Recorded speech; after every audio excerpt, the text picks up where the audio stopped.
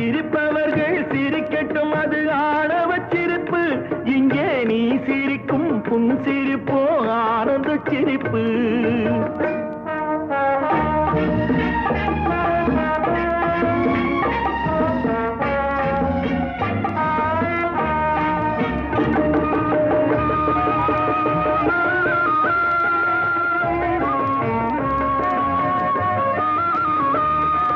நாணல் போல வளைவதுதான் சட்டமாகுமா?